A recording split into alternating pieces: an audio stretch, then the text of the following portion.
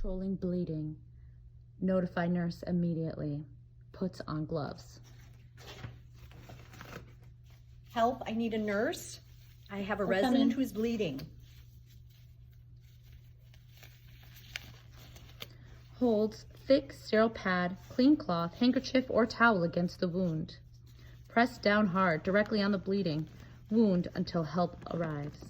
Does not decrease pressure and puts additional pads over the first pad if blood seeps through. Does not remove first pad. Raises wound above level of heart to slow down bleeding. If wound is on an arm, leg, hand, or foot, and there are no head, neck, back, spinal, or abdominal injuries or fractures, props up the limb. When bleeding is under control, secure the dressing to keep it in place. While doing so, checks the person for symptoms of shock and stays with the person until help arrives. If direct pressure and elevation and the pressure bandage do not stop severe bleeding, it may be necessary to apply pressure to pressure points. By applying pressure to the main artery and pressing it against the underlying bone, the main blood supply to the injured area can be cut off. However, this technique also stops circulation to other parts of the limb. It should not be used any longer than is absolutely necessary.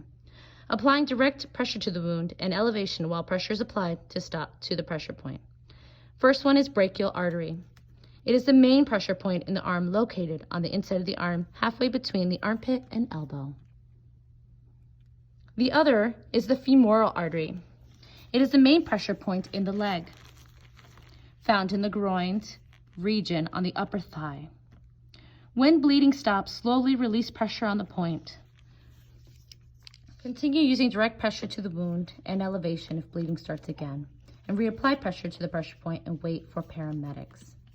Take steps to prevent shock. Always check for the patient's breathing and any signs of shock and avoid unnecessary movement.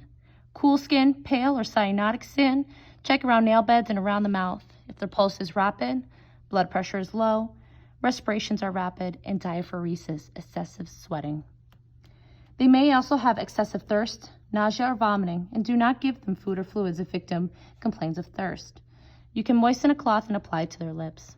General weakness, but as shock advances, victim may become disoriented and eventually lose consciousness.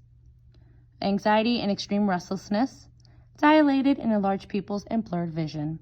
Those are signs and symptoms of shock. Removes gloves and washes hands thoroughly when finished.